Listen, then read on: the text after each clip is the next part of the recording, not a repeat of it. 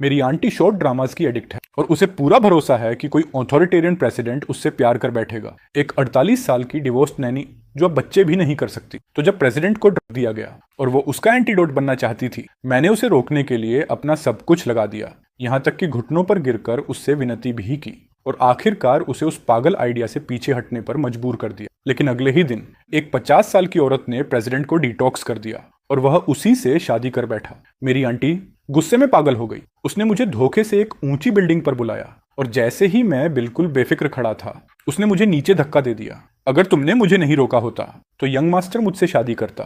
तुम ही वजह हो कि मैंने अपना सच्चा प्यार और खुशहाल बुढ़ापा खो दिया। आंख दोबारा खुली तो मैं उसी दिन रिबॉर्न हो चुका था जिस दिन प्रेसिडेंट को ड्रग दिया गया था। सुई मैंने अभी यंग मास्टर को उसके कमरे में जाते देखा है। लगता है उसे ड्रग किया गया है और वो खुद ही अकेले सफर करने के लिए छिप रहा है। मुझे उससे पहले पहुंचना होगा जिसने उसे ड्रग किया और मैं ही उसे क्योर करूंगी। यंग मास्टर मुझसे प्यार करेगा और मैं इस घर की मालकिन बन जाऊंगी। आंटी की एक्साइटेड आवाज सुनते ही मेरे शरीर का दर्द और घुटन गायब हो गए और मेरी धुंधली नजर उसके चिकने चेहरे पर फोकस हो गई।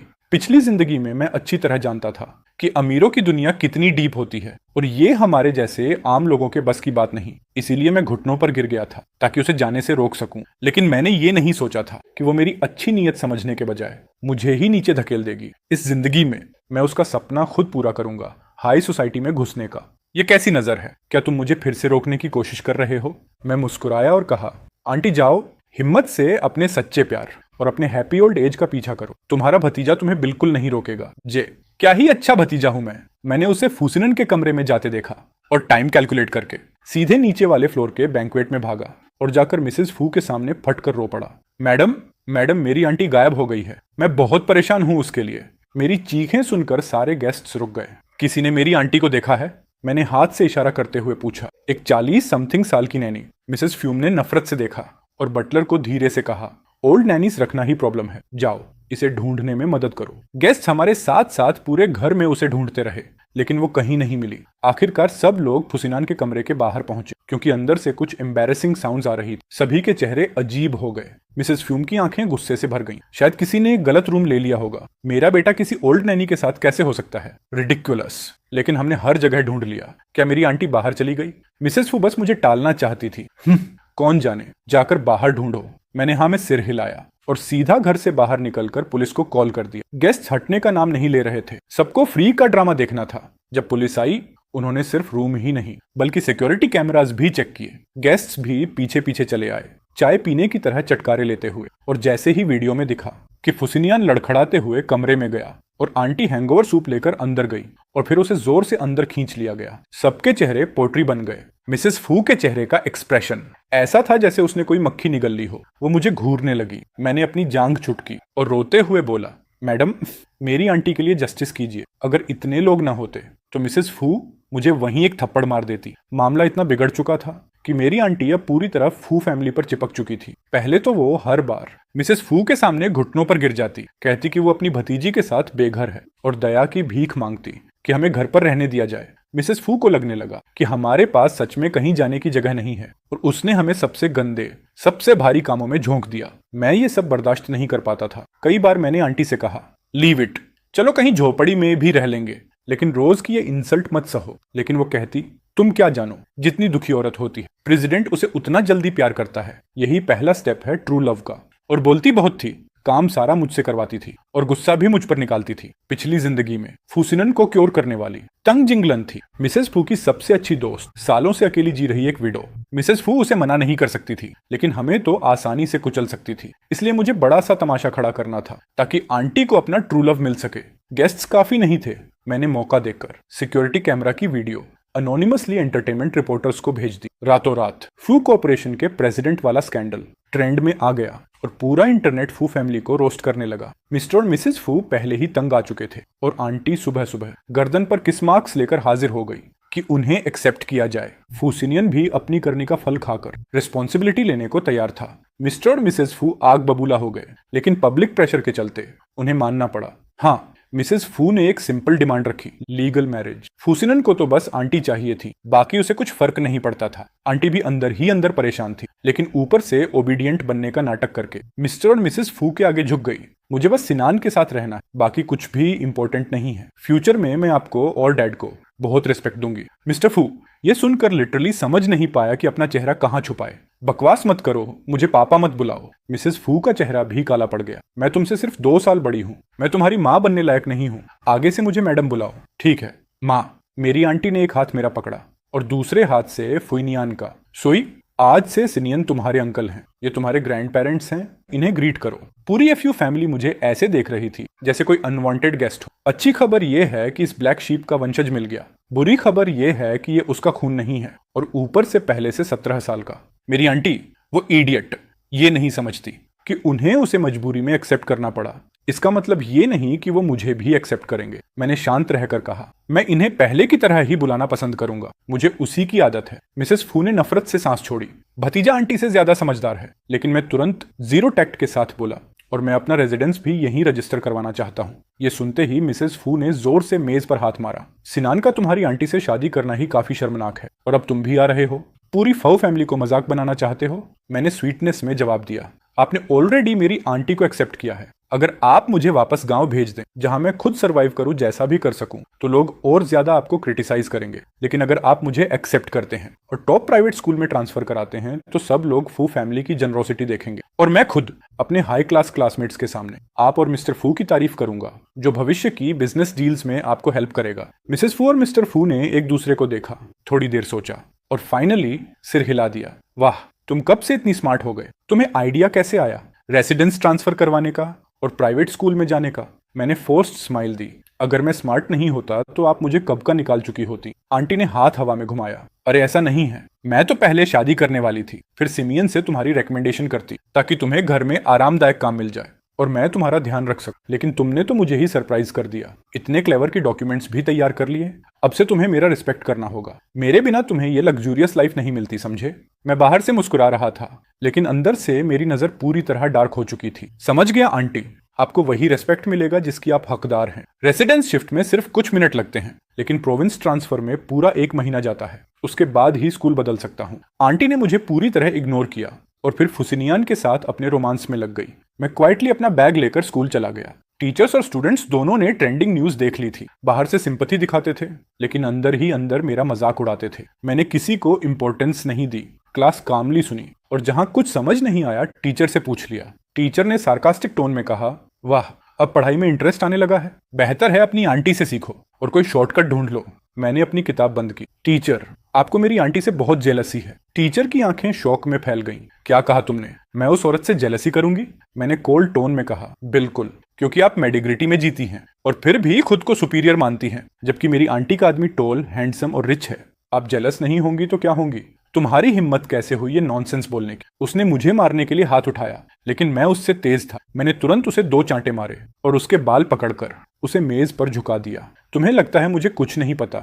हर बार जब प्रिंसिपल तुम्हें काम देता है, तुम स्कूल के पास वाली इंटरसेक्शन पर उतरते हो। मैंने कई बार देखा है। तुम खुद नीचे से उठकर आई हो, फिर भी गरीब बच्चों को नीचा दिखाती हो और रिच किड्स को अलाउ करती हो कि वो हमें बुली करें।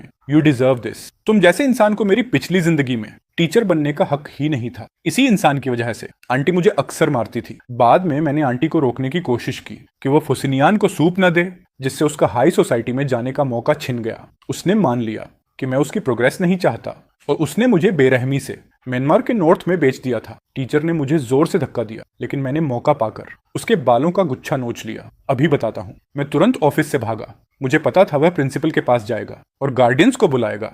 मैं सीसीटीवी से बचते हुए रूफटॉप पहुंचा, अपने फोन को बैम्बू स्टिक से बांधा और प्रिंसिपल के ऑफिस की विंडो की तरफ बढ़ाकर रिकॉर्डिंग चालू की। वीडियो ब्लरी था, लेकिन उनकी इंटीमेसी साफ दिखाई दे रही थी। मैं तुरंत ऑफिस वापस आया, टीचर की कंप्यूटर का इस्तेमाल किया और वीडियो स्कूल फोरम पर अपलोड कर दिया। तभी मेरी आंटी स्पोर्ट्स कार में पहुंची और प्रिंसिपल की वाइफ भी उसी समय आई। दोनों एक एक करके ऑफिस में घुस गईं। आंटी ने उसे भी रिलेटिव समझकर कहा, आजकल के बच्चे सिर दर्द हैं, लेकिन आजकल के टीचर्स तो उससे भी बदतर। जैसे ही वो अंदर आई, मेरी आंटी गुस्से में मेरी तरफ झपटी, लेकिन प्रिंसिपल की वाइफ उससे भी तेज निकली। वो सीधे टीचर पर टूट पड़ी, उसके बाल पकड़कर उसे बुरी तरह पीटने लगी। प्रिंसिपल दहशत में चिल्लाया, हनी, ये मिसअंडरस्टैंडिंग है, वीडियो फेक है, डोंट बी इम्पल्सिव। वह चीखा, लेकिन उसकी वाइफ ने कुछ नहीं सुना। उसने प्रिंसिपल को ही एक जोरदार थप्पड़ जड़ दिया। मेरी आंटी पूरी तरह स्टंट खड़ी रह गई। वहीं पीछे से आता फुनियन पूरा मजा लेते हुए तमाशा देखने लगा। मैंने आंटी के कान में धीरे से फुसफुसाया, आंटी, तुम शादी करना चाहती हो? वो शौक में रह गई। ऑफ कोर्स, मैंने रोते हुए कहा। उसे पता नहीं था कि मैं क्या प्लान कर रहा हूँ, लेकिन इंस्टिंक्टिवली वो भी वहीं मेरा साथ देते हुए जोर जोर से रोने लगी, जैसा मैंने चाहा था। मैंने उसे वो रिकॉर्डिंग सुनाई जिसमें टीचर उसकी बेइज्जती कर रही थी। आंटी और भी जोर से रोने लगी। मुझे यकीन नहीं हो रहा, मेरी वजह से तुम्हें स्कूल में इतना हमालिएट किया गया है। मैं अब और जीना नहीं चाहती। फूसिनियन तुरंत दौड़कर आया। सुफेन, क्या हुआ तुम्हें? आंटी ने फोन का ऑडियो उसे सुना दिया। वो गुस्से से तिलमिला उठा और मेरा फोन जमीन पर दे मारा। किस घटिया स्कूल की टीचर! फुसिनियान की औरत का मजाक उड़ाने की हिम्मत कैसी हुई? प्रिंसिपल स्क्रैचेस से भरा चेहरा लेकर केओस रोकने की कोशिश कर रहा था। जैसे ही उसने फुनियन को देखा, वो तुरंत माफी मांगने के लिए भागा। मैंने मौका देखकर आग में और तेजी से घी डाल दिया। सर, टीचर अकेली नहीं थी, सब मेरा मजाक उड़ा रहे थे। यंग मास्टर कभी किसी चीज की रिस्पॉन्सिबिलिटी नहीं लेता। ये सुनकर फ्यूसिनियन बेकाबू हो गया और उसने प्रिंसिपल को पीटना शुरू कर दिया। टीचर उसी रात शहर छोड़कर भाग गई और अपना वर्ड ऑफ ऑनर साबित करने के लिए फुसिनियन ने उसी वक्त राजधानी में मेरा रेजिडेंस रजिस्ट्रेशन करवा दिया। अगले दिन उसने मुझे एक एरिस्टोक्रेटिक स्कूल में ट्रांसफर भी करा दिया और कॉम्पेंसेशन के तौर पर सबसे नया मोबाइल मॉडल भी खरीद कर दे दिया। शाम को एक लग्जरी होटल की टॉप फ्लोर पर फुनियान ने एक भव्य शादी का प्रपोजल रखा। पंखुड़ियों की बारिश, गाना, लाइट्स, सब कुछ। और उसने आंटी को एक ब्लैक कार्ड दिया, कॉर्पोरेट प्रेसिडेंट्स वाला एक्सक्लूसिव कार्ड। बोला कि असली वेडिंग इससे भी ज्यादा ग्रैंड होगी। मिस्टर फू तो बस चाहता था कि मैरिज सर्टिफिकेट क्वाइटली कंपनी की वेबसाइट पर डाल दिया जाए, लो प्रोफाइल। लेकिन फुनियन ने इतनी ओवर एक्टिंग कर दी कि वो वायरल हो गया। फॉरेन क्लाइंट्स तक ने लाइव देखा कि 48 साल की एक औरत को पेटल्स के नीचे किस करके प्रपोज किया जा रहा है। उन्होंने फोन कर मिस्टर फू को कंग्रेचुलेशंस तक दे दी। उनकी इतनी इंसल्ट हुई कि उनकी ब्लड प्रेशर बढ़ गया और वो अस्पताल पहुंच गए। मिसेस फू ने गुस्से में कहा, सिनियन तो यंग और इमेच्योर है, पर तुम्हारी उम्र में भी समझ नहीं है। What a shame. तुम्हारे पिता को क्या जवाब देंगे? आंटी ने डायमंड रिंग सहलाया और धीरे से बोली, ये शर्म की बात कैसे हुई? ये तो गुड न्यूज है। एक्सपेक्टेड भी नहीं था कि वो सबके सामने मुझे किस करेगा। मैंने मना किया था, पर मैं उसे पुश नहीं कर पाई। मिसेस फू ने दांत पीसे, बस ये फेक इनोसेंट एक्टिंग बंद करो, अपनी उम्र देखो सिनियन। लेकिन उसने रोमांटिक टोन में कहा, एज डजंट मैटर। मेरी नजर में वो अब भी 18 साल की लड़की जैसी ही है। इस बार तो मिसेस फू भी पिघल गई नहीं, लिटरली डिस्गस्टेड हो गई। मुझे खुद को उल्टी रोकनी पड़ी। आंटी और फुसिनियन का बेहया रोमांस जारी रहा। मैं 1 महीने पहले एरिस्टोक्रेटिक स्कूल पहुंच गया। वहां के स्टूडेंट्स क्लासी थे, बुलिंग ऑलमोस्ट नहीं करते, क्योंकि उनके लिए फैमिली की रेपुटेशन ज्यादा बड़ी चीज थी। मेरा अपब्रिंगिंग उनसे बहुत अलग था, इसलिए वो मुझे क्यूरियोसिटी से देखते थे। सुई, तुमने बचपन से पियानो क्लासेस नहीं ली? तुमने 8 लैंग्वेजेस नहीं सीखी? तुमने posture classes, golf, equestrian training, floral arts नहीं की? तुम वीकली सोशल इवेंट्स पर भी नहीं जाते थे? मैं कंफ्यूज्ड होकर बोला, नहीं। ओ, तुम्हारी लाइफ कितनी इजी रही होगी। आई एनवी यू। उनकी आंखों में जेलसी फेक नहीं थी। वहीं मुझे पहली बार समझ आया कि मैं और ये लोग 2 अलग वर्ल्ड से आते हैं। जब मैं घर पहुंचा तो आंटी को फ्यूसिनियन की दी हुई ब्लैक कार्ड से मैंने तुरंत ट्यूटर्स हायर कर लिए। बेसिक क्लासेस नहीं, 8 लैंग्वेजेस, आर्ट्स, सब कुछ, हर स्किल जो मुझे अपग्रेड करे। आंटी ने तिरस्कार से कहा, ये सब बेवकूफी मत सीखो। क्या तुम मुझे समझते हो? चुपचाप घर में मेड बनकर रहो। फ्यूचर में किसी ड्राइवर की लड़की दिला दूंगी, स्टेबल लाइफ मिलेगी बस। वाह, क्या आंटी है मेरी। पहली जिंदगी में मैं यही सोचता था कि कैसे उसकी अप्रूवल पाऊं, लेकिन इस बार मेरा मोटिव सिर्फ एक था, उसके पैसे निकालना। मैंने काल्म टोन में कहा, आंटी मैं सब तुम्हारे लिए सीख रहा हूं, तुम्हें ये सब सीखने में लाज आती है। रिच किड्स फॉरेन लैंग्वेजेस जानते हैं, उनके पेरेंट्स भी। इवेंट्स में जब यंग मास्टर तुम्हें ले जाएगा और हाई क्लास लेडीज आएंगी, मैं हेल्प कर पाऊंगा। तुम्हारी इमेज अच्छी लगेगी, फैमिली को भी फायदा होगा। आंटी ने थोड़ी देर सोचा, ठीक है, पढ़ाई अच्छे से करना, मेरा पैसा बर्बाद मत करना। वो रातें फुसिनियान के साथ एंजॉय करती रही और मैं दिन रात पढ़ता रहा। सुबह पोस्चर ट्रेनिंग, फ्री टाइम में लैंग्वेजेस, रात में स्टडीज, वीकेंड में पियानो और हॉर्स राइडिंग, एक भी दिन छोड़े बिना। 1 महीने बाद एक बड़ा कमर्शियल इवेंट हुआ। फ्यूजिनियन इनवाइट्स था और आंटी का इरादा था ज्वेलरी दिखाना, डिजाइनर गाउन्स पहनना और हाई सोसाइटी में शाइन करना। मैंने इमेजिन किया था कि फ्यूसिनियन और आंटी दोनों सबके सामने चमकते हुए एंट्री करेंगे। शादी के बाद से आंटी को मिसेस फू ने घर में प्रैक्टिकली अरेस्ट करके रखा था। कोई पब्लिक इवेंट अटेंड नहीं करने देती थी। डर था कि कहीं वो फैमिली फू की इंसल्ट ना करा दे। लेकिन जैसे ही बैंक्वेट की इन्वाइट आई, आंटी ने कोकेतो टोन में कहा, सिनियन देखो, यहाँ अब कंपनी गेस्ट्स अलाउड हैं, मुझे भी ले चलो, मुझे भी इंपॉर्टेंट लोग देखने हैं। फूसिनियन ने बुरे मूड में कहा, ये बहुत फॉर्मल बैंक्वेट है, हाई लेवल लोग होंगे, तुम्हें क्यों ले जाऊं? तुम कुछ समझोगी भी नहीं। अगर तुमने एम्बैरेसमेंट कर दी तो माँ फिर से डांटेंगी। आंटी ने मुझे झट से उनकी तरफ खींचा। मेरा न्यूप नेफ समझता है, वो इंटरप्रेटर बन जाएगा मेरा। फूसिनियन हंस पड़ा। उसे ले जाऊं? क्या मजाक है। इनवाइट में अकम्पनिंग गेस्ट लिखा है, वो तुम्हारी फैमिली नहीं है और तुम सोचती हो कुछ हाई स्कूल इंग्लिश से ये इंटरप्रेटर बनेगा। ये बैंक्वेट एलमनाई मीट नहीं है। आंटी का चेहरा डार्क हो गया। उसने मेरे कंधे पर नेल्स गड़ा दिए और मेरे कान में फुसफुसाई, तुमने कहा था ना, जो तुम पढ़ रहे हो उससे मेरी इमेज अच्छी लगेगी। अगर बाहर भी नहीं जा सकी तो पढ़ाई बंद, सब बंद। लेकिन पढ़ाई मेरे लिए सोशल लैडर थी, मैं बीच में छोड़ नहीं सकता। मैंने फूसिनियन के सामने अपनी क्लासमेट को कॉल किया और फ्लुएंट इंग्लिश में उससे बात की। फूसिनियन का मुंह खुला का खुला रह गया। मैंने कॉल काटा और मुस्कुराकर कहा, सर, मेरी क्लासमेट डायरेक्टर लियो की डॉटर है, वो बैंक्वेट में आ रही है। उसने बताया कि डायरेक्टर को एक बड़े प्रोजेक्ट के लिए पार्टनर चाहिए। अगर मैं जाऊं तो बात करने में हेल्प कर सकता हूं। फूसिनियन ने ताना मारा, मैं तुम्हारे कॉन्टेक्ट से फेवर मांगू? तभी मिस्टर फू वहां से गुजर रहे थे। वो सही कह रहा है, प्रोजेक्ट अच्छा है। क्या तुम सच में डायरेक्टर लियो से बात कर लोगे?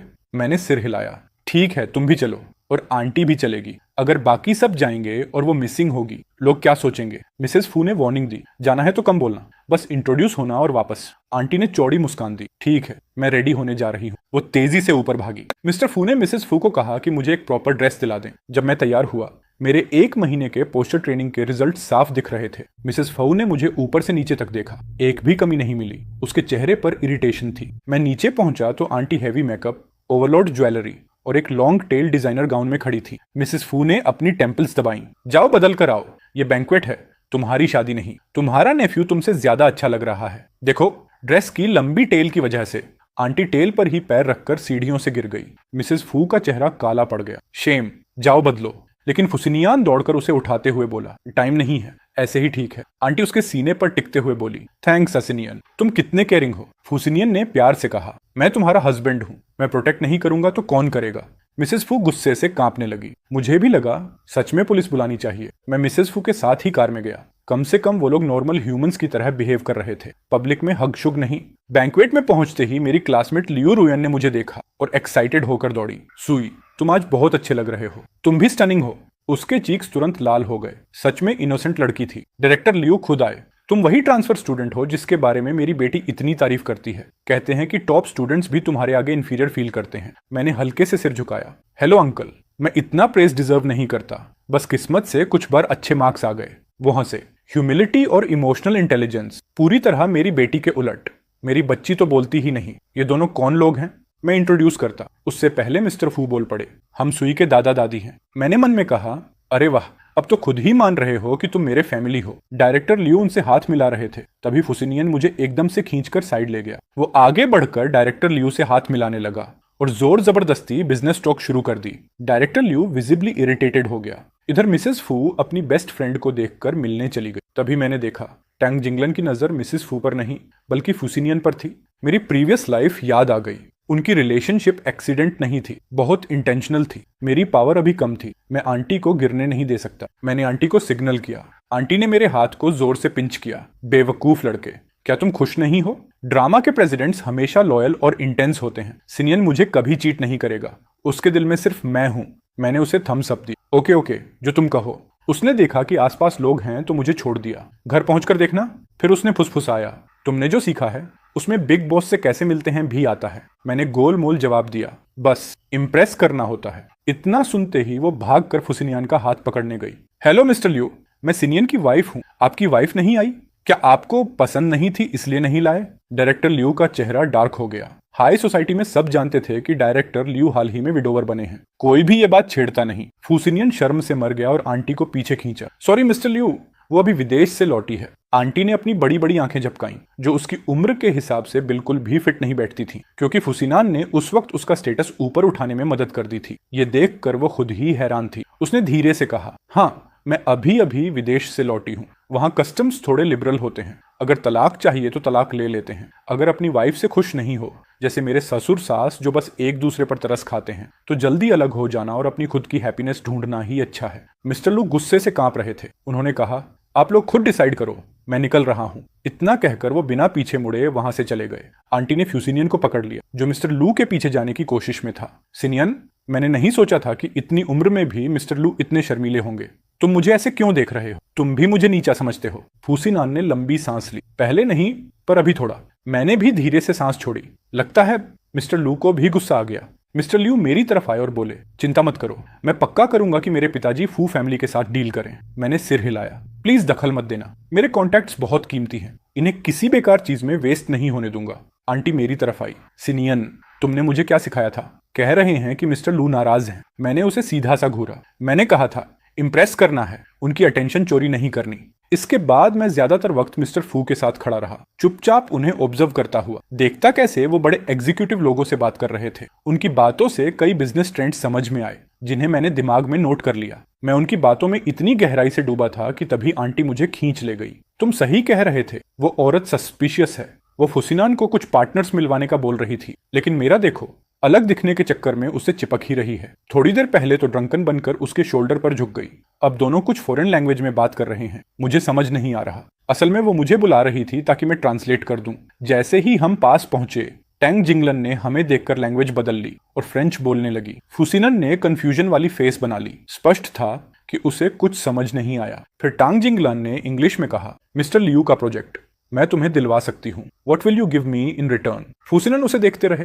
उस नजर में साफ इंटेंशन थी। टैंग जिंगलन का एलिगेंट शॉल कंधे से फिसला और फुसिनन की नजर उसी पर टिक गई। 50 साल की उम्र में भी कॉस्मेटिक ट्रीटमेंट की वजह से टैंग जिंगलन में चार्म बचा हुआ था। आंटी अपनी बच्चानी हरकतों और ड्रामों से फुसिनन का इंटरेस्ट कुछ टाइम तक पकड़ सकती थी, पर हमेशा के लिए नहीं। एक तरफ एक सेक्सी समझदार बिजनेस वुमन, दूसरी तरफ एक इमेच्योर प्रॉब्लम क्रिएटर। फर्क साफ था। आंटी ने मेरी बाह पकड़ ली। क्या बोल रहे हैं? इतने देर से एक दूसरे को घूर क्यों रहे हैं? ट्रांसलेट करो। मैं सॉल्यूशन सोच ही रहा था कि आंटी एकदम आगे बढ़ी और तंग जिंगलान को जोरदार थप्पड़ मार दिया। तू मेरे हस्बैंड को सिड्यूस करेगी? तंग जिंगलान एक पल के लिए स्टंड हुई, फिर उसके चेहरे पर एक हल्की जीत वाली मुस्कान उभर आई। उसने एक भी आंसू नहीं बहाया। उसकी नकली मजबूती ने सबको इमोशनली स्वे कर दिया। मिसेस फू दौड़ी और आंटी को थप्पड़ जड़ दिया। पागल हो गई हो क्या? मेरी बेस्ट फ्रेंड को मार दिया? फुसिनन ने भी तांग जिंगलान की लाल गाल देख के आंटी को मार दिया। तूने आंटी लान को हाथ लगाया? आंटी बुरी तरह स्पॉइल्ड थी और जब उसे 2 तमाचे लगे तो वो ऑलमोस्ट फट ही पड़ी थी। लेकिन तभी मैंने उसके कान में फुसफुसाया, उनका लेवल अलग है, तुम टक्कर नहीं ले सकती, बस बेहोश होने का नाटक करो। आंटी ने एक गहरी सांस ली और फौरन जमीन पर गिरकर बेहोश होने का ड्रामा किया। मैं उसे पकड़कर डॉक्टर ढूंढने का नाटक करता हुआ बाहर भागा। फू हाउस लौटकर भी आंटी उसी तरह बेहोश बनी रही। मैं चुपके से सर्वेलेंस रूम में घुसा। मेरे मन में बैंक्वेट के बारे में सस्पिशन था और मुझे क्लूज चाहिए थे। मिसेस फू कमरे में खड़ी बस चिल्लाई जा रही थी, वल्गर औरत, मैंने कहा था इसे मत लाई। मिस्टर लू भी नाराज, मेरी बेस्ट फ्रेंड भी नाराज। फुसिनन भी डिसअपॉइंटमेंट में डूबा था। तुम तो कमजोर बनने का नाटक करती हो, लेकिन अभी तो ऑलमोस्ट मेरा स्कैल्प उखाड़ दिया, सबके सामने मुझे इंसल्ट कर दिया। आंटी अंदर ही अंदर भरी हुई थी, पर मैंने रास्ते में उसे वार्निंग दी थी, अगर फू फैमिली से निकाली नहीं जाना चाहती तो एंड तक एक्टिंग कर, अभी बस मेरी खबर का इंतजार करे। उसने रिसेप्शन में इतना तमाशा कर दिया कि अब उसे बिल्कुल लो रहना पड़ेगा। नेटवर्क्स पर ट्रेंड्स छा गए। फू फैमिली का नया ड्रामा, नई बहू और प्रेसिडेंट का ऑटम रोमांस। मिस्टर लू का प्रोजेक्ट अब टैंग मैडम के हाथ में था और वो अब पैनिक में होगी। मिसेस फू ने गुस्से में चिल्लाया, बेहुदा औरत, इसको सीधा मेंटल हॉस्पिटल भेज देते हैं। कुछ दिनों में इससे सिनियन का तलाक भी करवा देंगे। मैं खुद पुलिस स्टेशन में बयान दूंगी। फुसिनियन ने आंटी को देखा। उसकी आंखों में सैडनेस नहीं थी, पर वो मजबूर लग रहा था। फिर उसने कहा, उसकी नीस को भी ले जाओ, मुझे दोनों नहीं चाहिए। आंटी उठकर चिल्ला पड़ी, मैं नहीं जाऊंगी किसी मेंटल हॉस्पिटल। टंग हिनान ने पहले सिड्यूस किया था सिनियन को, क्या मैंने गलत किया उसे मारकर? मिसेस फू चीखी, बकवास बंद करो, वो मेरी बेस्ट फ्रेंड है, सिनान की गॉड मदर। सबको अपने जैसा चीप मत समझो। तुम्हारी उम्र में भी तुम मर्दों के पीछे भाग रही हो और मुझे मां मत बुलाओ। अभी पुलिस को कॉल करती हूँ। आज की रात ही तुम दोनों बाहर, इधर आओ। गार्ड्स को आदेश दिया गया, इसे और इसकी लाई हुई नीस को बांध दो। तभी आंटी का फोन बजा। उसने स्क्रीन देखी और उसकी आंखें शौक में फैल गईं। रुको। आंटी ने अपना फोन उठाया और वो सिक्योरिटी वीडियो सबको दिखा दिया। देख लो खुद। आंटी ने फोन सबके सामने रख दी। वही असली सबूत था कि वो औरत फुसिनियन को सेड्यूस कर रही थी। वीडियो में साफ दिख रहा था कि सर्वेंट्स की नजर हटते ही टैंग जिनलन ने उसकी ड्रिंक में कुछ मिलाया। ये कैमरा मिसेस फू ने ही लगवाया था ताकि सर्वेंट्स चोरी न करें। टैंग जिनलन ने कभी इमेजिन भी नहीं किया था कि वो खुद रिकॉर्ड हो जाएगी। फुइनन बड़बड़ाया, सो ये वही थी। मिसेस फू शौक में बिल्कुल चुप रह गई। मिस्टर फू ने अपनी कनपटियां दबाई। थीव्स से बचो, फायर से बचो। और देखा, अब अपने ही लोग भी ध्यान रखना पड़ता है। तुम्हें पता ही नहीं चला कि वो हमारे बेटे पर नजर रख रही थी, है ना? मिसेस फू लिटरली बैठ गई। क्या ये कोई गर्व करने वाली बात है? इस वीडियो का इस्तेमाल करके मिस्टर लियू की कोलैबोरेशन ले लेंगे। बस ये ध्यान रखना, उसे दोबारा मत मिलना। फुसिनियन अब भी डीप थॉट में था। उसके एक्सप्रेशन देखकर ऐसा लग रहा था कि टंग जिंगलन के इंटरेस्ट और उसकी चालें उसे शर्मिंदा नहीं कर रही, उल्टा अंदर से थोड़ा खुश कर रही थी। उस दिन के बाद से फुइनान ने मेरी आंटी को पूरी तरह इग्नोर करना शुरू कर दिया। मिसेस फू को साफ बदलता बिहेवियर दिखा और वो राहत महसूस करने लगी कि उसका बेटा फाइनली जाग गया है। इसके बाद उसने मौका मिलते ही आंटी को हर पॉसिबल वे में टेस्ट करना शुरू कर दिया। दिन में आंटी को सास की सेवा करनी पड़ती और रात में फुसिनियान उसे आराम करने भी नहीं देता था। लेट नाइट तक उसे भाग दौड़ करनी पड़ती थी। एक रात आंटी एम्प्लॉयज के कमरे में छुप गई। सोई, आकर मेरी कमर दबा दो। MC कामली बोला। आंटी मैं पढ़ रहा हूँ, नो टाइम। वो गुस्से में बोली, जाकर कोर्टयार्ड में बैठो स्क्वाट में। कल तुम्हें उस ओल्ड लेडी की सर्विस करनी है। मैं ब्यूटी ट्रीटमेंट बुला रही हूँ। मेरी स्किन रफ हो रही है। थोड़ी देर पहले सिनियन ने छुआ तो बोला, स्किन तो चुभ रही है। मैंने शांत टोन में कहा, आंटी मैं नहीं कर सकता, कल मेरा मंथली एग्जाम है। वो चिल्लाई, एग्जाम? यूनिवर्सिटी पास कर भी ली तो क्या? अपर क्लास मैन थोड़े बन जाओगे। टाइम वेस्ट मत करो। उस बूढ़ी की केयर में मेरी मदद करो। जब वो मरेगी फू फैमिली मेरी होगी। तुम्हें अच्छा फ्यूचर नहीं चाहिए? मैंने मन में सोचा, कैसा फ्यूचर? किसी ड्राइवर की बेटी से शादी। लेकिन बाहर से मैंने पेन रखा और उसे मैनिपुलेट करना शुरू किया। आंटी अगर यंग मास्टर का ट्रस्ट चाहिए तो तुम्हें थोड़ा स्ट्रगलिंग दिखना पड़ेगा। अगर मैं पूरा काम कर दूंगा तो उसे कैसे दिखेगा कि तुम कितनी मेहनत करती हो? और मेरी पढ़ाई भी उसी के बेनिफिट के लिए है। अगर मेरे अच्छे मार्क्स आए, मिसेस फू को लगेगा कि तुमने मुझे अच्छे से रेज किया है। वो तुम्हें रेस्पेक्ट से देखेगी। ये ज्यादा फायदा देगा, राइट?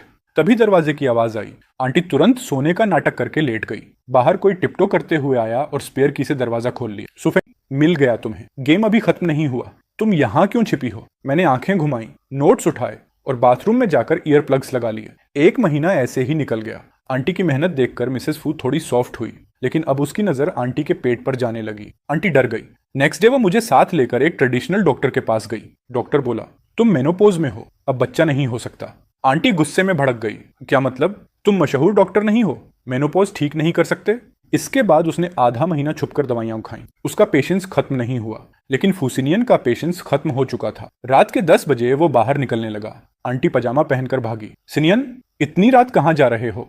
तुम्हारी नीस चाइनीज मेडिसिन पी रही है और तुमसे भी स्मेल आ रही है। मुझे नोजिया हो रही है। वो बोला, फ्रेश एयर लेने जा रहा हूँ। आंटी के पास जवाब नहीं था। वो बस रोती हुई मिसेस फू के पास पहुंची। मिसेस फू हंस पड़ी। परफेक्ट, मेरा बेटा फाइनली बाहर जाकर एंजॉय कर रहा है। कोई ऑप्शन नहीं था। आंटी मेरे पास आई रोते हुए। अब मैं क्या करूं? वो मुझे छोड़ देगा। मैंने ड्राई टोन में कहा, तुम्हारे इतने रिसोर्सेज थे ना, अब काम क्यों नहीं आते? वो बोली, पहले मुझे सलाह दे। उस वक्त मेरे यूनिवर्सिटी एंट्रेंस एग्जाम में 1 महीना बचा था। एलीट कोर्सेस रिन्यू कराने का टाइम भी आ गया था। मैंने कहा, अगर मैं मदद करूं तो तुम मेरे सारे कोर्सेज 3 महीने के लिए रिन्यू कराओगी। वो बोली, डन, अब प्लान बताओ। मैंने फूसिनियन का एप्पल लोकेशन ट्रैकर खोला। वो एक एक्सक्लूसिव क्लब में था। मैंने अंदर किचन से एंट्री ली, फिर चेंजिंग रूम से किसी तरह वेट्रेस की यूनिफॉर्म उठा ली। प्राइवेट रूम ढूंढा। जैसा सोचा था उसे बुलाने वाली तांग झिंगलान ही थी। एक आदमी अपनी आदत नहीं छोड़ता, खासतौर पर जब सामने वही औरत हो जो उसे मैनिपुलेट करना जानती हो। वो सीधा उसके इन्फ्लुएंस में चला गया। मैंने दूर से साफ डिसेंट प्रूफ वाले फोटोज ले लिए, किसी भी एक्सप्लिसिट डिटेल के बिना। टैंग जिंगलन का फेस पिक्सल करके एनोनिमस बनाकर यूई को भेज दिया और ओरिजिनल क्लियर फोटोज मिसेस फू को भेज दी। आंटी को नहीं दिखाया क्योंकि वो गुस्से में चीज बिगाड़ देती। मैंने बस अपनी आंटी को बताया कि फुसिनान बाहर किसी दूसरी औरत से मिलने गया है और जल्द ही बड़ा स्कैंडल फट सकता है। आंटी रोई, ड्रामा किया और सबको धमकियां देने लगी। मेंजनू भी इतना दुखी होकर नहीं रोती जितना वो रो रही थी। फूसिनान की बेवफाई सीधे कंपनी की रेप्यूटेशन को हिट कर रही थी। मिस्टर फू ने आंटी को घर से बाहर न निकलने का स्ट्रिक्ट ऑन ऑर्डर दे दिया। ऑलमोस्ट घर में नजरबंद कर दिया। अपने बेटे की पसंद के बारे में मिसेस फू भी अब खूब बोलने लगी। उसे 18 साल की लड़कियां पसंद थीं और फूसिनन को 80 साल वाली विमेन टाइप लगती थी। मिसेस फू समझ चुकी थी कि इन दोनों को अलग करना अब पॉसिबल नहीं। वो आंटी को समझाने लगी, अगर फुसिनान तुम्हारी वैल्यू नहीं करता तो तुम भी उसे बेटा मत समझो। पेरेंट्स की प्रेशर में आकर फुसिनान को भी थोड़ा गिल्ट फील हुआ। वो आंटी से अच्छा बिहेव करने लगा, यहाँ तक कि मेडिसिन वाली स्मेल पर भी कुछ नहीं बोलता था। आंटी को आखिरकार एहसास हुआ। शॉर्ट ड्रामास की शुरुआत में लिखा होता है, ये कहानी एकदम फिक्शनल है, मतलब सिचुएशंस बदल सकती हैं। अब वो अपनी बॉडी, स्किन और खुद का ध्यान ज्यादा रखने लगी। फूसिनियन को खुश रखने के नए तरीके सीखने लगी। दवा पीने के बाद तुरंत मुंह खोलकर रिंस करती और रूम में जाने से पहले माउथ स्प्रे आधा बॉटल तक लगा लेती। मेरी क्लासेस भी रिन्यू हो गईं। एग्जाम में आधा महीना बाकी था और मैं काफी थका हुआ था। एक दिन मैं घर पहुंचा और मिसेस फू को देखा। मुझे लगा कहीं उन्हें पता तो नहीं चल गया कि आंटी प्रेग्नेंट नहीं हो सकती। लेकिन मिसेस फू हंस क्यों रही थी? मैं अंदर गया और देखा फूसिनान सोफे पर बैठा आंटी के पेट पर हाथ फेरते हुए एकदम खुश लग रहा था। क्या आंटी प्रेग्नेंट थी? मिसेस फू ने खुशी से कहा, सोई, तुम्हें एक छोटा भाई मिलने वाला है और सुफेन, तुम्हें भी। ये खुशी की बात छुपाई क्यों? आंटी ने अपने पेट को गर्व से सहलाया। मैं श्योर नहीं थी, लगा कहीं फॉल्स अलार्म ना हो। लेकिन मॉम इतनी अटेंटिव है, डॉक्टर को बुला लिया। फिर उसने मुझसे पूछा, वैसे सुली, इतनी गर्मी में वापस क्यों आया?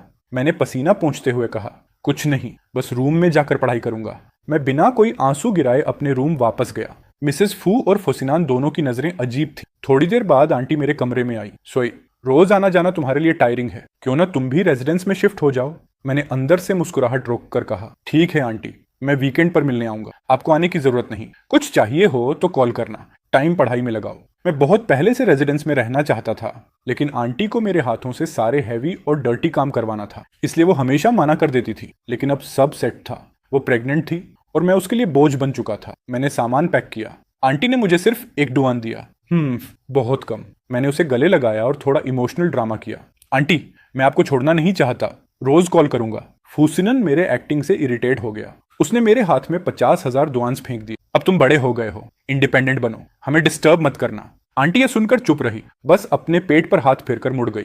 मेरे लिए इतना पैसा काफी था। मैंने एक्टिंग वहीं बंद कर दी। ये शायद आखिरी बार थी जब मैं उसे देख रहा था। अब से हाई सोसाइटी वाली लाइफ उसे खुद ही संभालनी थी। एलीट स्कूल की रेजिडेंस काफी लग्जूरियस थी। स्टूडेंट्स कम थे, इसलिए मुझे एक प्राइवेट रूम भी मिला। शिफ्ट होते ही मेरा कमरा रिच किड्स का सीक्रेट एडा बन गया। जब भी उन्हें पेरेंट्स से फ्रस्ट्रेशन होती, वो मेरे रूम में आ जाते। मैं उन्हें वेलकम करता। वो बदले में इंपोर्टेड स्नैक्स और बिजनेस सीक्रेट्स लाते। फुसिनन के दिए 50,000 डुआन को मैंने स्टॉक मार्केट में इन्वेस्ट किया, प्रीवियस लाइफ की यादों और मिलियनेयर किड्स की सीक्रेट इन्फो के साथ। एकदम श्योर शॉट गेम था। यूनिवर्सिटी एंट्रेंस एग्जाम तक मैंने लगभग 500,000 कमा लिया। मेरी कैपेबिलिटी देखकर सारे दोस्त भी अपना पैसा मेरे पास दे रहे थे मैनेज करने के लिए। उनका पैसा संभालना एक बहुत बड़ी इनकम बन गया। मैंने समर में बाहर एक फ्लैट लेने का प्लान बनाया, यूनिवर्सिटी कोर्सेज रिवाइज करने और मार्केट ट्रेंड्स समझने के लिए। यूनिवर्सिटी जाते जाते एक प्रॉपर कंपनी भी खोल सकता था, लेकिन कौन जानता था कि आंटी फिर मुसीबत में फंस जाएगी। मैं अपार्टमेंट देख रहा था, तभी उसका कॉल आया। डियर नेफ्यू, जल्दी इंपीरियल होटल पहुंचो, मुझसे वहीं मिलो, मुझे मदद चाहिए। मैंने कैजुअली पूछा, कैसे सिनियन का इंटरेस्ट तंग हिनलैंड से हटाऊं? मेरे दिमाग में तुरंत सवाल आया, वो फिर टंग जिंगलन के साथ कैसे जुड़ गया? आंटी रोते हुए बोली, मैं बड़ी हूँ, मुझे सीवियर नोजिया और ब्लीडिंग हो रही है। डॉक्टर ने स्ट्रिक्ट आराम बताया है, लेकिन फ्यूसिनान को समझ नहीं आता। वो बार बार मुझे परेशान करता है। मैंने मन में सोचा, ये मेरी चार्मिंग पर्सनैलिटी की गलती है क्या? आंटी ने जारी रखा, मिसेस फऊ ने उसे रूम से बाहर निकाल दिया है। मेरी देखभाल के लिए एक्स्ट्रा लोग लगा दिए हैं। लेकिन कुछ ही दिन में फुसिनियन ने कंट्रोल खो दिया और तांग हिनलन के पास भाग गया। मैंने पूछा, तुम्हें कैसे पता चला कि वो उसी के पास गया? आंटी बोली, किसी अननोन नंबर ने मुझे फोटोज और लोकेशन भेजी है। मैं उन्हें रंगे हाथ पकड़ने जा रही हूँ, जल्दी पहुंचो। अगर नहीं आए तो मैं तुम्हारा खर्चा बंद कर दूंगी। मुझे अब उनके पैसे की जरूरत नहीं थी। मैंने मोबाइल रख दिया और अपार्टमेंट में आखिरी टच दे रहा था। एजेंट ने कहा कि अगर मैं उसके साथ फ्लैट शेयर कर लूं तो सिर्फ हाफ रेंट देना पड़ेगा। जगह में 2 बेडरूम्स और 2 बाथरूम्स थे, जिससे हम एक दूसरे को डिस्टर्ब भी नहीं करेंगे। जैसे ही मैंने हाँ कहा, आंटी का फिर कॉल आ गया। मैंने उठाया, लेकिन वह कुछ बोली नहीं। बस फ्यूसिनियन और टंग जिनलन की हंसी और उनकी हरकतों की आवाज आ रही थी। लगता है मोबाइल उसके पर्स से गलती से लग गया था। फ्यूसिनियन की आवाज भरी हुई थी, हे आंटी लान, तुम अभी भी जबरदस्त मेंटेन्ड हो। तुम्हारी हालत सूफिन से कहीं बेटर है। प्रेग्नेंट होने के बाद वो बस खाती रहती है, एकदम फैट सील की तरह पड़ी रहती। उसको देखकर मुझे उल्टी आने लगती। अचानक आंटी गुस्से में चिल्लाई, फ्यूसिनियन, मैं तुम्हारे बच्चे की माँ हूँ, तुम ऐसा कैसे बोल सकते हो? और फिर सब तरफ क्योस फैल गया। फुसिनियन चिल्लाया, संसुफेन, तुम यहाँ कैसे आ गई? आंटी गुर्राई, तुम जैसे आदमी को मारूंगी नहीं तो क्या करूंगी? तुम तो बस एक काम वाली हो। मुझ पर हाथ उठाने की हिम्मत कैसे की? मारूंगी, क्योंकि डिजर्व करते हो। आंटी चिल्लाई। अचानक आंटी दर्द से चीख उठी, आह मेरा पेट। फुसिनियन बोला, टियालान, तुम्हारे इतने बाल क्यों झड़ रहे हैं? फिर उसने आंटी को ऑलमोस्ट ड्रैग करते हुए कहा, चलो हॉस्पिटल अभी।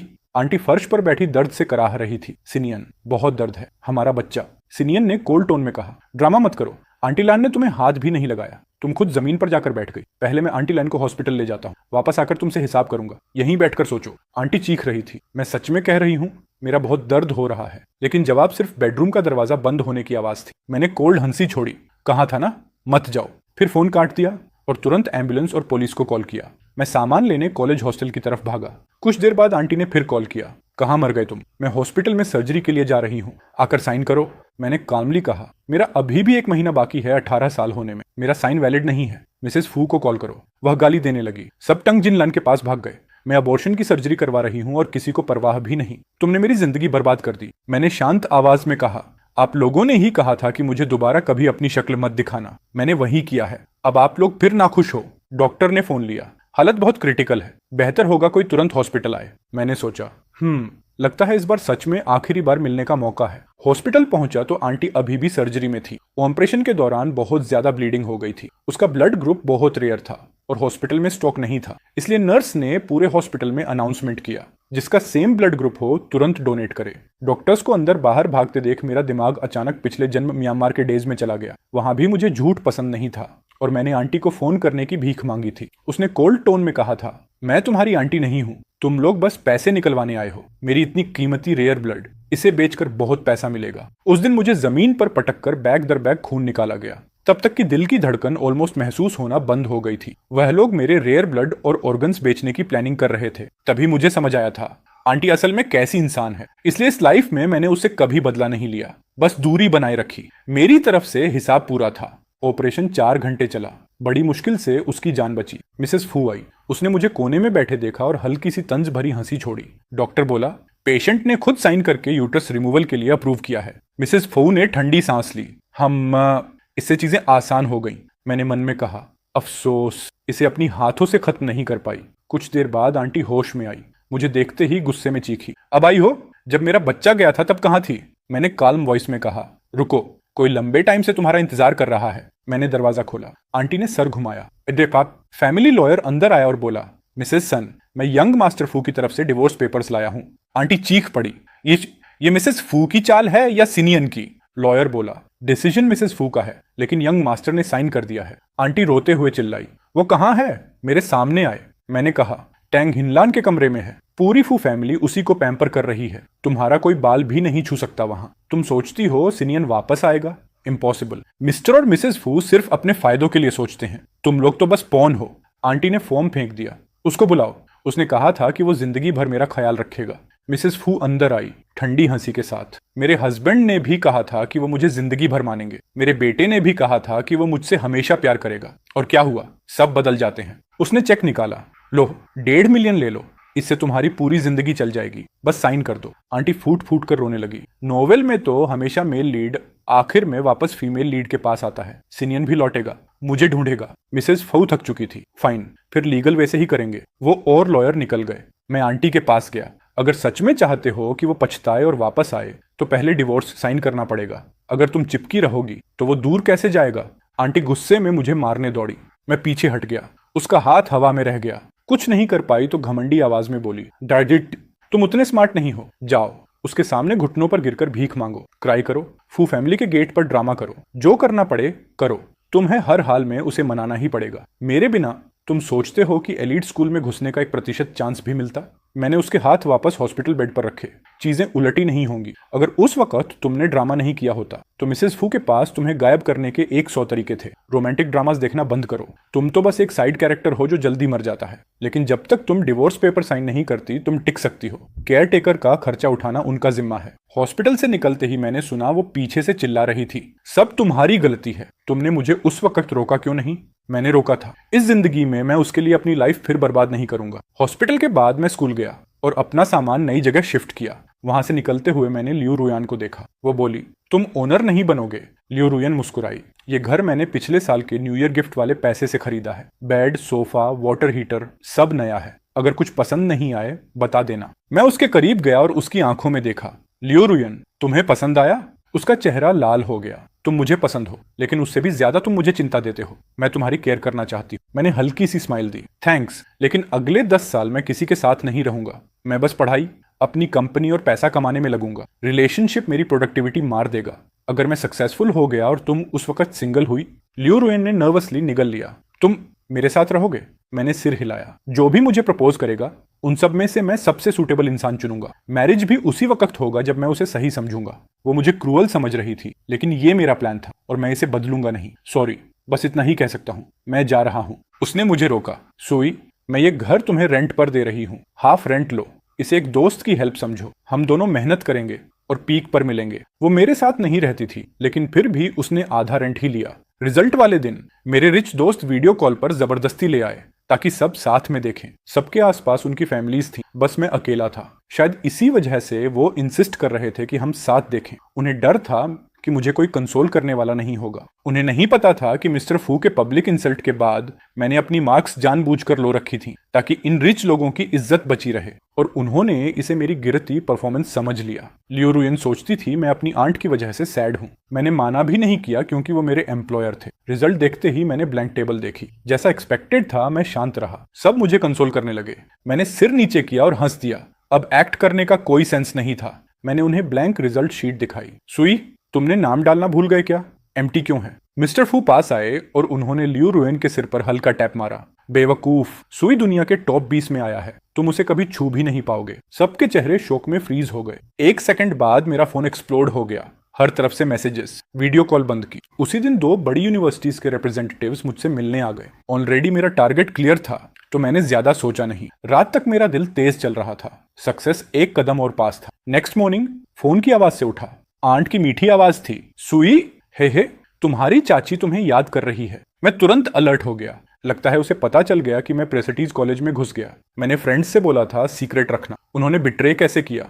मैं बोला जो बोलना है फोन पर बोलो। वो बोली कुछ नहीं, बस याद कर रही थी। होटल डुंगुन आ जाओ, इस प्राइवेट हॉल लिया है। मैं आखिरकार चला गया। प्राइवेट हॉल में पहुंचते ही आंटी व्हाइट बाल, कमजोर चेहरा और आंटी टाइप एक्सपेंसिव कपड़े पहने बैठी थी। पुरानी सी 2 ज्वेलरी पीसेस भी थी जो वो पहले कभी नहीं पहनती थी। वो भागकर मुझे गले लगी। सुई, तुम्हारी आंटी अब सुधर गई है। बस तुम ही हो जो सच में मेरी परवाह करते हो। मैं फ्यूजन को डिवोर्स कर रही हूँ। उसके बाद हम दोनों 1.5 मिलियन लेकर विदेश चलेंगे जहां तुम चाहोगे। ये वही वर्ड्स थे जिनके लिए मैं पिछली लाइफ में तरसा था, लेकिन अब उनका मुझ पर 1% असर भी नहीं पड़ा। मैं वॉशरूम गया, पानी लिया, वापस आया और फोन में लगा रहा। वो बार बार मुझे खाना सर्व कर रही थी। देखो कितने पतले हो गए हो, फोन छोड़ो और खाओ।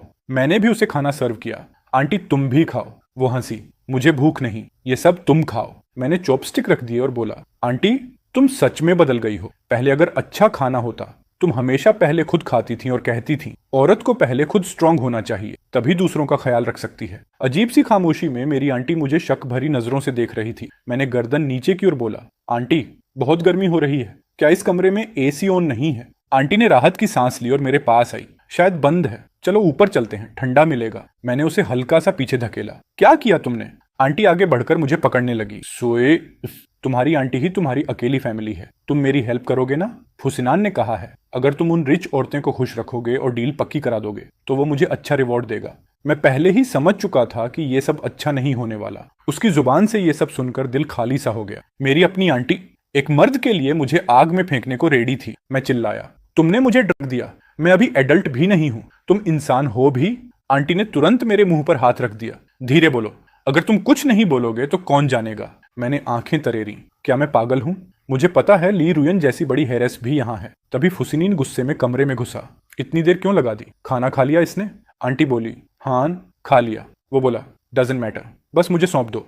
आंटी ने बिना हिचक मुझे उसकी तरफ धक्का दे दिया। फुसिनियन, तुमने प्रॉमिस किया था इसके बाद तुम तांगिन को छोड़ दोगे, मुझे चीट मत करना। वो ठंडेपन से बोला, this isn't your business anymore. वाह क्या आंटी है मेरी। मैंने उसका कॉलर पकड़कर उसे टेबल पर दे मारा और उसके मुंह में वही ड्रग वाला खाना ठूंस दिया। फुसिनियन कुछ समझ ही नहीं पाया और कई निवाले निगल गया। वो हड़बड़ाकर बोला, आई गॉट ट्रिक्ड। आंटी ने डर कर कहा, मैंने तो इसे खाते नहीं देखा। मैंने कुर्सी पर रखे कपड़े उठाए और उसमें लगी माइक्रो कैमरा निकाल ली। मैंने पूरा प्लान रिकॉर्ड किया है और मैं सिर्फ वही हिस्सा खाया था जिसमें ड्रग नहीं था। अब दोनों जेल जाने के लिए रेडी हो जाओ। वो कैमरा छीनने के लिए मुझ पर झपटा। तुमने मुझे फंसाया है। मैं हट गया और उसी वक्त ड्रग का असर उस पर शुरू हो गया। वो जमीन पर ढेर हो गया। हाँ, जाल पहले तुमने लगाया था। फुसिनियन ने आंटी पर चिल्लाया, उसे रोक, अगर पुलिस को पता चला तो तू ही जेल जाएगी। आंटी ने पर्स से चाकू निकाला। डीडी दे वो चीज। मेरे दिल में एक झटका लगा। वो मेरे साथ बिल्कुल भी नरमी नहीं बरतेगी। मैंने कैमरा उसके हाथ में थमा दिया, लेकिन आंटी ने अचानक मुड़कर वो चाकू फुसिनियन को दे दिया। ले, मैंने उसे छीन लिया। फुसिनियन लड़खड़ाते हुए उठा और बोला, सुई, अगर तूने बाहर एक भी वर्ड बोला मैं तुझे छोड़ूंगा नहीं। मैं बिना पीछे देखे बाहर निकल आया। उसी समय बाहर पुलिस साइरेंस बज रही थी। मैंने ऑलरेडी पूरा वीडियो पुलिस के ऑफिशियल पोर्टल पर अपलोड कर दिया था, ऑनलाइन रिपोर्ट, क्योंकि केस एक माइनर को लेकर था। ये एक बड़ा अपराध था। मैं इस साल का टॉप रैंक स्टूडेंट भी था। मीडिया, पुलिस, स्कूल सब मेरी साइड में थे। फू फैमिली की छवि बर्बाद हो गई। कॉन्ट्रैक्ट्स कैंसिल होने लगे। सेमेस्टर शुरू होने तक पूरा तूफान खत्म हो चुका था। फू फैमिली दिवालिया होने के कगार पर थी। और मेरी कंपनी स्मूथ चल रही थी। मेरे कॉन्टैक्ट्स और मेरी बैकग्राउंड सिंपैथी ने मुझे टॉप पोजीशन तक पहुंचा दिया। फुसिनियन ने कई बार मुझे रोकने की कोशिश की, लेकिन मैं हर बार उसे आसानी से मात देता गया। पहली हीयरिंग में मैंने अपनी आंटी को देखा, थकी हुई, बाल बिखरे, चेहरे पर दाग धब्बे। मुझे देखकर उसने रोकर कहा, सुई, गलती हो गई, मैं जेल नहीं जाना चाहती, मैं तुम्हारी फैमिली हूँ। कौन न्यूपा अपनी आंटी को जेल भेजता है? उसकी हालत देखते ही मुझे म्यांमार वाली अपनी पास्ट लाइफ याद आ गई। मैं भी ऐसे ही गिड़गिड़ा रहा था और उसने कभी पुलिस नहीं बुलाई थी। मैंने सोचा, मैं तो दया वाला इंसान हूँ, कम से कम वो जिंदा तो रहेगी, अंग निकालकर जिंदा दफन नहीं की जाएगी जैसे पिछली बार। मैंने जज की तरफ देखकर दुखी सा एक्सप्रेशन दिया। ऐसी आंटी भी नहीं होती जो अपने न्यूफ्यू को ड्रग देकर डील्स करे। इमोशनल कार्ड अब काम नहीं कर रहा था। फुसिनियन और आंटी ने मुझे गाली देना शुरू कर दिया। अंत में आंटी को 3 साल की सजा हुई। फुसिनियन लगातार ब्लेम शिफ्टिंग करता रहा और उसे 1 साल मिला। 1 साल बाद आंटी जेल से बाहर आई। फू फैमिली का बिजनेस गिर चुका था। मेरी कंपनी टॉप पर थी, उनकी पहुंच से बहुत ऊपर। फुसिनियन अब बदले की आग में जलते हुए बस इवेंट्स में मुझे गालियां दे सकता था। तूने मुझे जेल भेजा, तू रिच आंटीज के पैसे से कंपनी खोलता है। कितनी खोली? बोल। मैंने बस गार्ड्स को इशारा किया। गार्ड बोला, सपना देख रहे हो? हमारी प्रेसिडेंट सु की वर्थ देखकर हम तुम्हें पीट भी दें तो जुर्माना दे सकते हैं। मिस्टर फू आया और उसने फुसिनियन को घसीटते हुए कहा, शर्म करो, अब्रॉड जाओ अभी। अगर तुम मेरा इकलौता बेटा ना होते मैं तुम्हें छोड़ देता। उसी रात उसे विदेश भेज दिया गया और तब से मैंने उसे दोबारा नहीं देखा। फू फैमिली का हाल दिन ब दिन बिगड़ता गया, पर मैंने कभी मूव नहीं किया। पता नहीं किसने किया। जब मेरी जिंदगी पटरी पर आनी शुरू हुई, लोग मेरे बारे में सिर्फ 2 ही बातें जानते थे। पहली, कि मैं डेंजरसली फास्ट ग्रो कर रहा हूं, और दूसरी, लोग कहते थे, सू का 10 ईयर प्लान, वो बंदा कुछ अलग ही आग है। बाहर कोई मुझे सामने से चुनौती देने की हिम्मत नहीं करता था। सोशल इवेंट्स पर बस पोलाइट मुस्कान, औपचारिक बातें और दूर से सम्मान। बुजुर्ग मजाक में कहते, हमें कुछ साल और जीना होगा, देखना है आखिर ये लड़का किसे चुनता है। मेरी ग्रेजुएशन के दिन उसी सुबह मेरी सब्सिडियरी कंपनी स्टॉक मार्केट में ऑफिशियली लॉन्च हुई थी। ओपनिंग सेरेमनी खत्म करके मैं अपना ग्रेजुएशन गाउन पहनकर प्रोफेसर के साथ फोटो लेने जा रहा था। तभी अचानक कोई मेरी गाड़ी के सामने कूद पड़ा। मैंने तुरंत ब्रेक दबाकर उसे टक्कर से बचाया। मैंने विंडो नीचे की। क्या इशू है? मरना है क्या? फेक एक्सीडेंट बनाना चाहता है। वो धीरे धीरे मेरी विंडो के पास आया। मेरी आंटी, पूरी तरह सफेद बाल, चेहरे पर 2 गहरी कट वाली निशान, इतनी बूढ़ी और टूटी हुई कि अगर उसने खुद नहीं बोला होता तो मैं पहचान भी नहीं पाता। मैंने ठंडी नजरों से कहा, ओह, जेल से बाहर आ गई तुम। वो हंसी जैसी टूटी आवाज में बोली, हाँ, निकल आई। तुम तो बहुत अमीर हो गए हो, लगता है डेस्टिनी ने तुम्हारे साथ अच्छा खेला है। ये गाड़ी बड़ी महंगी है ना? दरवाजा खोलो, अंदर बैठना चाहती, थोड़ा आराम कर लूं। मैंने लॉक तक नहीं खोला, सिर्फ उसे देखा, बिना किसी इमोशन के। तुम भूल गई क्यों अंदर गई थी? दूर हटो, अब मेरा तुमसे कोई लेना देना नहीं। मैंने एक्सेलरेटर दबाया और सेरेमनी खत्म होने से पहले वहां से निकल गया। दोपहर को मेरी सेक्रेटरी का कॉल आया, प्रेसिडेंट सू, एक औरत आपकी कंपनी के मेन गेट पर लेट गई है। कहती है कि वो आपकी आंटी है और वह जाने से इनकार रही है। अब उसके पास कुछ नहीं था, ना पैसे, ना घर, ना रिस्पेक्ट, कुछ भी नहीं। और मेरी कंपनी की रेपुटेशन, वो मेरे लिए सेक्रेट थी। मैंने सेक्रेटरी से बस एक लाइन कही, किसी का इंतजाम करने में मेरी मदद करो। कंपनी के गेट पर भीड़ इकट्ठा थी। मैं आगे बढ़ा और आंटी के पास खड़ा हो गया। चलो मेरे साथ अंदर। वो तुरंत उठ खड़ी हुई, पतली, थकी हुई, ऑलमोस्ट ब्रोकन। मेरे प्यारे नेफ्यू, तुमने मुझे माफ कर दिया ना? तुम सच में अच्छे हो। मैंने कुछ नहीं कहा, उसे चुपचाप ऑफिस ले गया। आंटी हर चीज को ऐसे देख रही थी जैसे किसी दूसरे ग्रह पर आ गई हो। हाय, ये ऑफिस तो फुसिनियान वाले से भी क्लासी है। सुई, तुम्हारी टोटल नेटवर्थ कितनी है? मैंने एक हाथ से ठुड्डी को टच किया और शांत आवाज में पूछा, अभी भी फुसिनियन के बारे में सोच रही हो? दबंग सीईओ को अपनी क्रिमिनल एक्स लवर से प्यार हो जाता है, क्या यही है वो फैंटेसी? आंटी ने सिर झुका लिया और बोली, सिनियन मर गया। मिसेस फू ने बताया, विदेश भेजते ही उसे इन्फेक्शन हो गया था। 2 दिन भी नहीं चला। और सबसे मजेदार बात, टैंग जिंगलन, उसे पता ही नहीं था कि वो इन्फेक्टेड है और वो उसे ढूंढने गई और सुना है वो भी मर गई। ट्रू कर्मा। फिर आंटी मेरे पास आई और मेरा हाथ पकड़ लिया। सॉरी, जिन्होंने तुम्हें हर्ट किया था सब मर चुके हैं, क्या हम फिर पहले जैसे हो सकते हैं? मैं हंसा, वो भी ताना मारने वाली मुस्कान। उन्होंने नहीं, तुमने मुझे हर्ट किया था। आंटी की आंखें भर आईं। 3 साल जेल में गुजारकर उसकी एक्टिंग और डेंजरस हो चुकी थी। इतनी बड़ी कंपनी और मैं सड़क पर भीख मांग रही हूँ। तुम्हारा दिल नहीं पसीजा? तुम्हारी आंटी हूं मैं। उसकी आंखें लाल और डरावनी थीं। चेहरे के दाग उसे और भी खतरनाक बना रहे थे, जैसे अगर मैंने नो कहा तो वो यही ड्रामा शुरू कर देगी। मैंने हल्की मुस्कान दी। फैमिली, फैमिली में हमेशा माफी की गुंजाइश होती है ना? उसी वक्त इंटरकॉम बजा। प्रेसिडेंट सू, यंग प्रेसिडेंट ल्यू आ गई हैं। ल्यू रुयन, मेरी ही उम्र, उसी यूनिवर्सिटी की स्टूडेंट, और अगले साल अपनी फैमिलीज सब कंपनी संभालने वाली, हाई टियर बिजनेस वर्ल्ड की फ्यूचर क्वीन। मैंने काल्म आवाज में कहा, सेंड हर इन। फिर आंटी की तरफ मुड़ा, रेस्ट रूम में जाओ। वार्डरोब में क्लोथ्स हैं, नहाने या सोने की जरूरत हो तो कर लेना। मेरी एक बहुत इंपॉर्टेंट क्लाइंट आई है। आंटी ओबीडियंटली अंदर चली गई। लियू रुयान अंदर आई।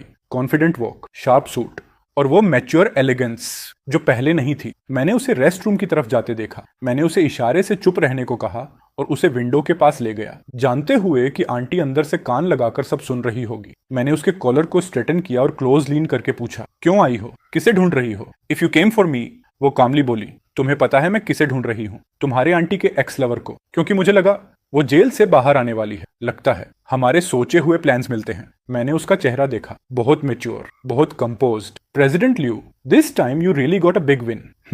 मैंने खुद को तुरंत नॉर्मल किया। लियू ग्रुप वाला लैंड चाहिए, ले लो, मेरे साथ कैलकुलेशंस की जरूरत नहीं। वो डिसअपॉइंटेड लगी। अजीब है, तुम खुद मुझे शर्ट ठीक करने का चांस दे रहे हो, पहले तो इतना क्लोज आने नहीं देते थे। मैंने आंखें घुमाई। टर्म होपलेस रोमांटिक हो, किसी को क्या नहीं पता। तुम्हारी मॉम भी ऐसी ही थी। जब से उनकी डेथ हुई तुमने किसी को पास नहीं आने दिया। तुम आज तक अकेली हो। That's loyalty, that's rare. मैं उसकी बातों से बचने के लिए बोला, तुम फिर से फ्लेक्स कर रही हो मुझ पर। वो हंस दी।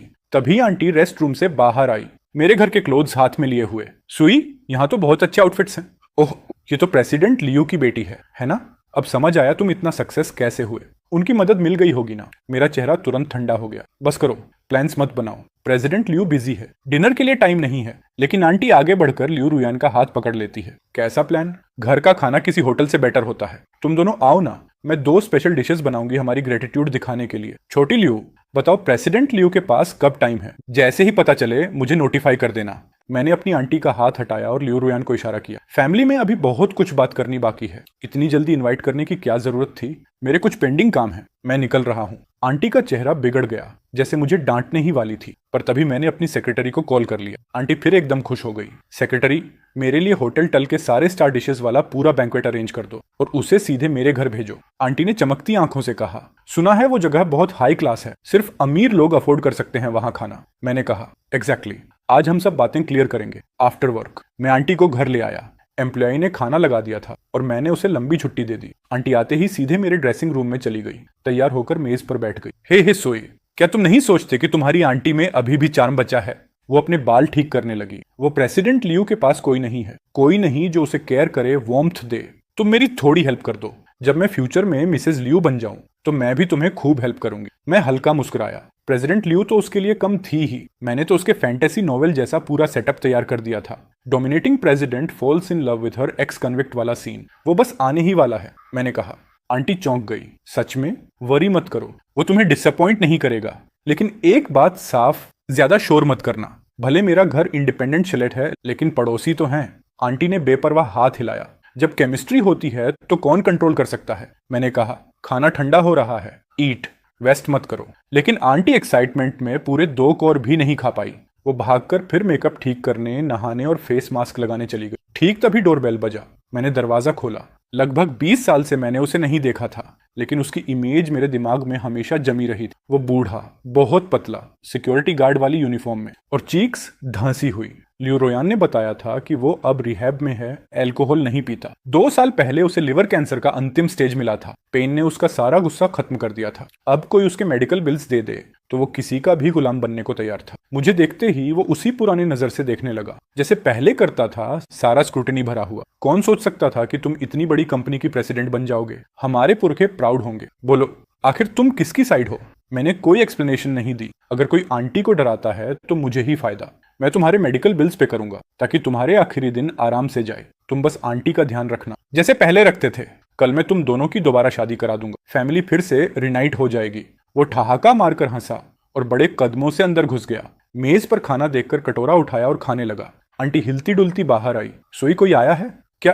तुम इस मैंने साइड से मुस्कुराकर कहा। Surprise aunty. मैंने अंकल को ढूंढ लिया। आंटी ने मुझे उंगली दिखाकर गालियां दी। इतनी मुश्किल से मैंने इस कचरे जैसे आदमी से डिवोर्स लिया था, तुम उसे फिर क्यों लेकर आए? मर्द हमेशा पहला ही अच्छा होता है। मिस्टर लियू तुम्हारी तरफ कभी नहीं देखेगा। वो फैंटेसी दिमाग से निकाल दो। ये सुनते ही अंकल, जो मिस्टर लियू के नाम पर ट्रिगर्ड था, चिल्लाया, घटिया औरत, अब भी अपनी घिसी पिटी आदत नहीं छोड़ी? हर किसी पर लाइन मारती रहती हो। उसने पास पड़ा एक फ्लावर वेज उठाया और उसकी तरफ फेंक दिया। आंटी ने बस थोड़ा सा बचाव किया, लेकिन हील्स में फंसकर गिरने लगी। अंकल ने उसके बाल पकड़ लिए और थप्पड़ मारना शुरू कर दिया। आंटी भी पूरा जोर लगाकर चिल्ला रही थी, इडियट! क्या मैं चुप बैठूंगी जब तू मुझे हाथ लगाएगा? ये सब घर के अंदर हो रहा था। मेरे सारे कीमती सामान एम्प्लॉई पहले ही सुरक्षित रख चुकी थी। जितना तोड़ना है तोड़ लें। मैंने पहले ही सारे पड़ोसियों को बता दिया था कि घर में रेनोवेशन चल रही है, थोड़ा नॉइज होगा, और वो मान भी गए थे। मैं बैल्कनी में बैठ गया, एयरपॉड्स लगा लिए और अंदर के सारे क्योस को म्यूट कर दिया। आखिरकार जब बैटल आंटी के घुटनों पर गिरकर माफी मांगने पर खत्म हुई। उन दोनों की रिकॉन्सिलिएशन मैरिज बहुत सिंपल थी। मैंने शहर के बाहर एक आइसोलेटेड घर खरीद दिया जहां वो किसी को परेशान न कर सकें। अंकल के रेगुलर मेडिकल चेकअप का अपॉइंटमेंट सेट कर दिया और उनके लिए सामान भेजने वाले भी रख दिए। बाकी उनसे मुझे कोई मतलब नहीं था। सिर्फ एक चीज अंकल से कही, अगर आंटी ने भागने की कोशिश की या मेरे पास आई, तुम्हारी दवा बंद कर दूंगा। अंकल ने अगले ही दिन कमरे पर ताला लगा दिया और आंटी को अंदर बंद कर दिया। वो दिन भर चिल्लाती रहती, लेकिन अंकल बेपरवाह। जब नॉइज ज्यादा लगता तो उसे मार देता। आखिर एक दिन आंटी ने चिल्लाना बंद कर दिया। अंकल ने उसके हाथ पांव में आयरन कफ्स डाल दिए और उसे कमरे और आंगन की सफाई पर लगा दिया। उनकी जिंदगी यहीं नॉर्थ म्यांमार स्टाइल में चलती रही, जब तक एक दिन अंकल बीमारी से मर नहीं गया। आंटी को लगा कि वो अब आजाद हो गई, लेकिन किससे पता था। मैंने उसे उसके उन्हीं कफ्स के साथ सीधा एक साइकेट्रिक हॉस्पिटल भेज दिया। वो बार्स के पीछे खड़ी चिल्लाई, मैं पागल नहीं हूँ सुई, तुम जानते हो मैं बीमार नहीं हूँ। मैंने बार्स के पीछे से कहा, आंटी ये पॉसिबल नहीं है। डॉक्टर कहते हैं कि तुम्हें लव ऑब्सेशन मेंटल डिसऑर्डर है और तुम्हें लॉन्ग टर्म ट्रीटमेंट चाहिए। यहीं आराम से रहो, जब मुझे समय मिलेगा मैं तुमसे मिलने आऊंगा।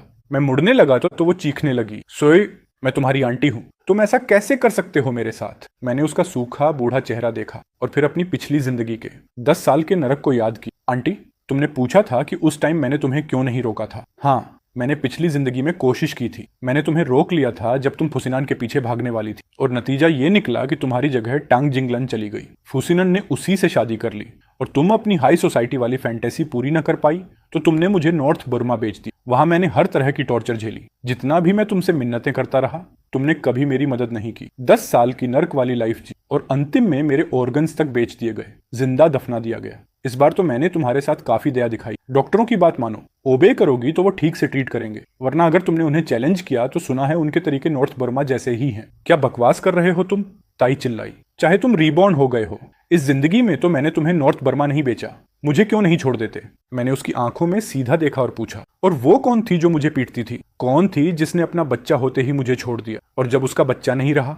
कौन थी जिसने मुझे ड्रग्स देकर दूसरे लोगों को सौंपने की कोशिश की? अगर उस दिन मैं सच में वो दवाई पी लेता, अगर मैं तुमसे रोता गिड़गिड़ाता, क्या तुम सच में मुझे माफ कर देती? उसने बिना एक सेकंड सोचे कहा, बिल्कुल, तुम मेरे भतीजे हो। मैं धीरे धीरे पीछे हट गया। उसकी फेक मासूमियत को देखना भी नहीं चाहा। तो थोड़ा सच्चाई से याद कर, उस टाइम तुमने क्या किया था? वो पीछे से लगातार मेरा नाम पुकारती रही। मैंने फिर से ईयरफोन लगा लिए। आंखें जो देखती नहीं, दिल जो महसूस नहीं करता। अब मैं सिर्फ अपनी लाइफ और अपने करियर को उठाने पर फोकस कर सकता हूँ। मैं कैलकुलेटिव भी हूँ, बोल्ड भी। अपॉर्चुनिटीज आती हैं, मैं सबसे पहले कूदता हूँ। पहला रीजन, मैं यंग हूँ, हार भी जाऊं तो संभल जाऊंगा। दूसरा रीजन, मुश्किलों को फेस करने की गट्स है। 4 साल से भी कम में मेरा बिजनेस हर इंडस्ट्री में फैल चुका है। मेरे एसेट्स अब साई से 2 गुने हैं और मैं आज की डेट में सबसे यंग टाइकून बन चुका हूँ। जो बड़े लोग पहले मुझे छोटे सुई कहते थे, अब मुझे देखते ही बोलते हैं, ये लड़का रुकता ही नहीं। लड़कियां तो प्रोजेक्ट्स देखकर ही एक दूसरे को पछाड़ने में लगी रहती। मुझे भी पता है कि मैं आज जहां हूँ वो सब अकेले पॉसिबल नहीं था। मनी कभी खत्म नहीं होता, बट रिश्तों के दरवाजे अगर बंद कर दो तो रास्ते खत्म हो जाते हैं। इसलिए मैं कमाई छोड़ सकता हूँ, पर रास्ते नहीं। 10 साल का मेरा पूरा प्लान पूरा हो चुका था और मेरे सामने वही खड़ी थी, लियू रोयान। 10 साल में उसने एक दिन भी स्लैक नहीं किया, सिर्फ इसीलिए कि वो मुझसे पीछे न रह जाए। और इसी बहाने उसने मेरी सारी कंपेटिटर लड़कियों को भी रास्ते से हटाए रखा। मुझे कहते हैं द अनटायरिंग, उसे कहते हैं दी मैचमेकर अनटायरिंग, क्योंकि वो मेरी हर लव इंटरेस्ट को किसी और से मिलवा देती थी। बाद में तो वो इतनी फेमस हो गई कि जिन्हें मैं पसंद नहीं भी आता था, वो भी जानबूझकर मुझसे फ्लर्ट करने आते ताकि वो उनको देखे और उनकी मैचिंग कर दे। प्रेसिडेंट लियू अक्सर मजाक करता, अब तो जाग जाओ और मेरी बेटी को एक्सेप्ट कर लो। इतनी मेहनत सिर्फ तुम्हारी राइवल्स की शादी कराने में खराब हो रही है। आज उसके बाल बिल्कुल स्ट्रेट कटे हुए, एक नीट लो पोनीटेल में बंधे हुए थे। सॉफ्ट भी लग रही थी और कॉन्फिडेंट भी। उसने मुझे फ्लावर्स दिए। ग्रेट प्रेसिडेंट सू, मुझे ऑनर है कि मैं आपकी गर्लफ्रेंड बनूं। अब मेहनत करके प्रूव करो, अगर अच्छा किया तो एक्सेप्ट कर लूंगा। लियू रुयन स्टन्ड रह गई। उसने मेरा हाथ कसकर पकड़ लिया। तुमने एक्सेप्ट कर लिया? मैं मुस्कुराया। तुम्हारे फ्लावर्स ले लिए? समझ नहीं आया अभी तक। पहले जो फूल तुम भेजती थी, क्या मैंने कभी लिए?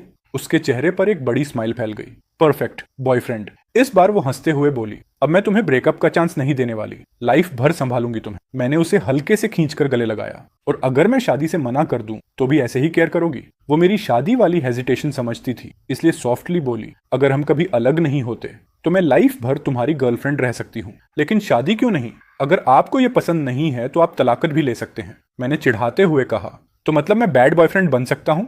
वो भड़क गई, तुम नहीं, मैं भी कर सकती हूँ, लेकिन मैं होपलेस रोमांटिक हूँ। चाहे तुम बैड बॉयफ्रेंड भी बन जाओ, मैं पूरी जिंदगी तुम्हारे पीछे घूमूंगी। 2 साल बाद मेरी ताई मरने वाली थी, आखिरी बार मिलना चाहती थी। लियू रुयान मेरे साथ थी। जब उसने देखा कि रुयान हर पल मेरी केयर कर रही है तो ताई ने थके हुए चेहरे से पूछा, कौन सा जादू कर दिया तुमने कि ये लड़की 10 साल से तुम्हारे पीछे ऐसी पगली बनी पड़ी है? मैंने शांत स्वर में कहा, कुछ खास नहीं, बस उसे पता है कि उसके बिना भी मैं बहुत अच्छी तरह जी सकता हूँ, इसलिए उसे अपनी जगह पक्की रखने के लिए डबल मेहनत करनी पड़ती है। ताई की आंखें फैल गईं। मैं मुस्कुराया, जिंदगी ऐसे ही चलती है, अगली बार थोड़ा समझदार बनना। गुस्से और हार के मिले जुले झटके में उसने अंतिम सांस ली। उसकी बेकार और दुखद जिंदगी वहीं खत्म हो गई।